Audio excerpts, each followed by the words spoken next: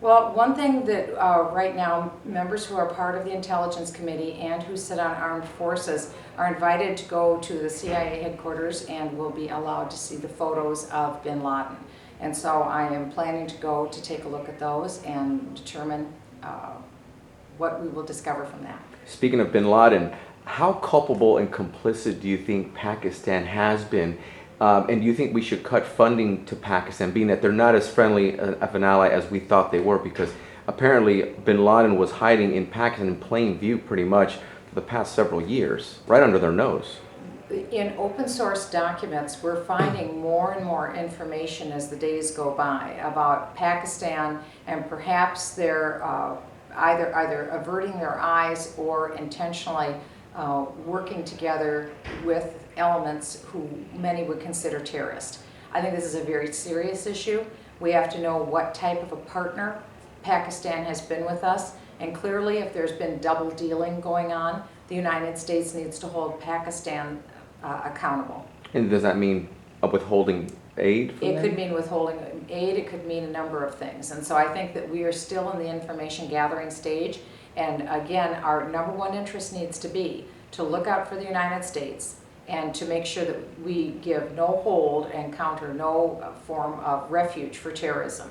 That has to be number one, because terrorists, as we know, aren't just targeting the United States, it's other allies as well. And so this is a very serious operation. We need to let the terrorists know that we are not going to stop, we are not going to hold back, and that will likely mean holding Pakistan to a high level of accountability.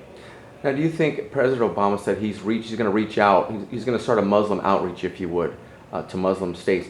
Do you think that by doing that, he could very well compromise a lot of this, a lot of the political capital we've built in the Middle East, that maybe they can see the terrorists, if you would look at upon his measure of him moving in that direction as a show of weakness? The President of the United States has made a very concerted, intentional effort to reach out to the Muslim world from the time he first came into office, beginning with his speech in Cairo, Egypt.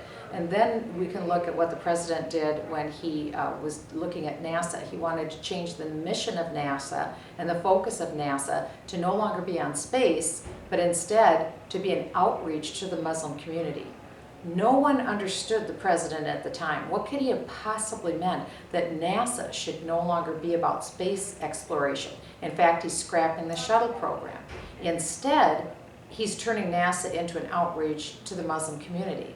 The President still hasn't answered what he meant by that, and I think that leaves a lot of Americans wondering, where do this President's interests lie?